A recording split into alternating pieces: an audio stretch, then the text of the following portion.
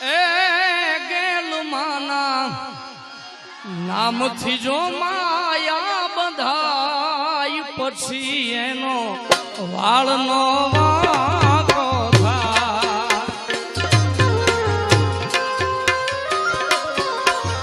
એ ગેલમાના નામથી જો માયા બંધાય પછી એનો વાળનો વાંકો થાય. એ પછી એનો વાળનો